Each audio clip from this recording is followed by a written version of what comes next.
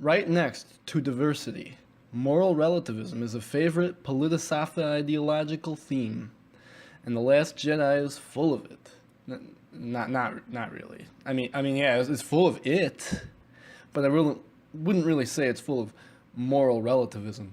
That would be an insult to such great works of fiction as Les Miserables and the Godfather series, which genuinely have such difficult questions tackled. Explorations of moral relativism within storytelling can be both compelling and instructive. It's great stuff. Questions of who's really right or wrong in a given situation confront us in considerations of our increasingly interwoven cultural network every day, if we let them. They're real, and they're complex, and they're arresting. Who is right and who is wrong in a given military conflict? How many people should I kill when I pull this train lever? They're everywhere. But not in The Last Jedi, no matter how much those who are still in denial about whether or not it's Kino want to tell themselves so. Kylo and Luke can call the validity of the Jedi teachings into question all they want.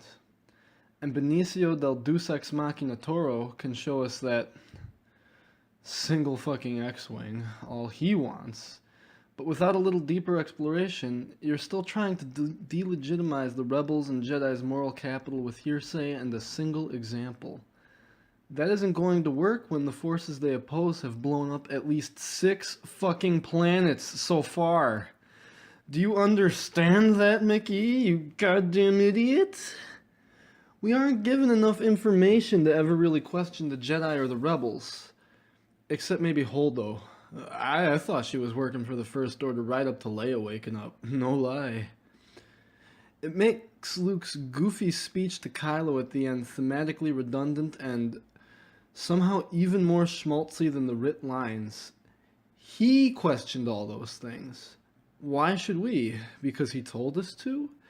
But you spent the whole movie representing him as an asshole.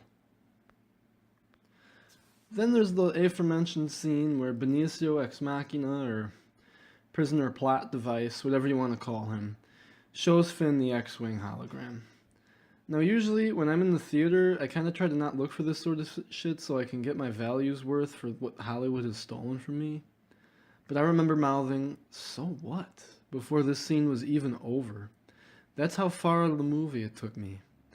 I guess the thematic purpose of this scene is to call the ultimate morality of the rebels into question, and maybe if you're porn star flexible, you could argue that was Holdo's thematic purpose, even if her character and its behavior made absolutely no sense within the context of the story.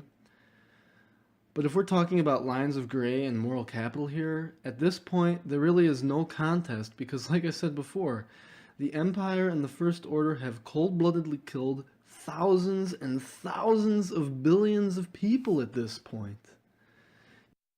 You can't really argue that this isn't about moral capital either. There were definitely some janitors and window washers on that dreadnought that all got killed in the name of the Rebel Alliance. But we aren't meant to view Rose's sister or Poe as villains at the end of the movie, are we? Don't try to say they were all droids either, washing those windows and cleaning out those toilets, cause Finn ain't no droid, and he cleaned up poo-poo for the First Order before he ever got with the rebels. Yeah, I got you, motherfucker. All of this speaks to the regressive, pie-in-the-sky mentality held by the fanatically ideological left in their all-or-nothing moral standard demands. Just ask Kunk, however you pronounce his name. Even if we go by that impossible standard, Finn and Rose went to Cantabite to solicit the help of one of those evil rich assholes, right? Just kidding. They went there for absolutely no fucking reason at all. Well, if this whole resistance army is meant to be delegitimized by that one, probably desperate purchase from another one of the rich assholes, I guess Finn and Rose are pretty damned evil for trying to get help from one of the same kinds of people too, regardless of their own desperation. The film doesn't follow any of its own morals or logic. It's just a sloppy, sloppy mess. It's at least as bad as the prequels. That's right. What's saddest is the missed opportunity, just like the prequels. Star Wars really could have been a terrific platform to explore these ideas. Just give us more scenes of Luke seeing Ben's conversion to the dark side. Luke becoming frustrated and angry with how useless his Jedi learning is to prevent it. Maybe even add in some like jealousy of his nephew and that raw power that he was so fearful of. Jealousy and fear of power, they can go hand in hand. It could have been a great mechanism to use for Luke, who was something of a moral Mary Sue in the first 3 films. He spent all of his adventuring days at the top of the heap of the light side Force users. For him to see some kid so rapidly become more powerful than him and his robot hand having ass self, it could definitely afflict him with doubt and envy.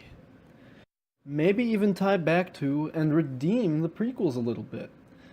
Vader appearing in his grandson through Ben's susceptibility, and his son through jealousy, ultimately just a cousin to Anakin's own lust for power. Something else you could do, and I know nobody's going to agree with me here, but just give Holdo more lines. Add some depth to her. Have her explain to Poe that the rebels are fighting to restore freedom and democracy, not to kill everyone in the First Order. Maybe have one of the bombers be a child of Holdo. She'd have a better, more human reason to show him all that extreme disdain, rather than, the plot device reason that she shows in the product that we actually got. Or have her bring up all those toilet scrubbers on the Dreadnought and point out to him that his BFF Finn used to be one of them, for a devastating rhetorical low blow. Poe could have spent the movie in pained questioning of his role as a fighter pilot rather than pained rectal compromise. It would have added depth to both characters. Give Holdo enough depth, enough of an actual personality, and maybe there wouldn't be all these lightspeed ramming maymays, Disney. All they had to do was make a good movie and respect the audience, but instead, they just assumed we were all really, really stupid.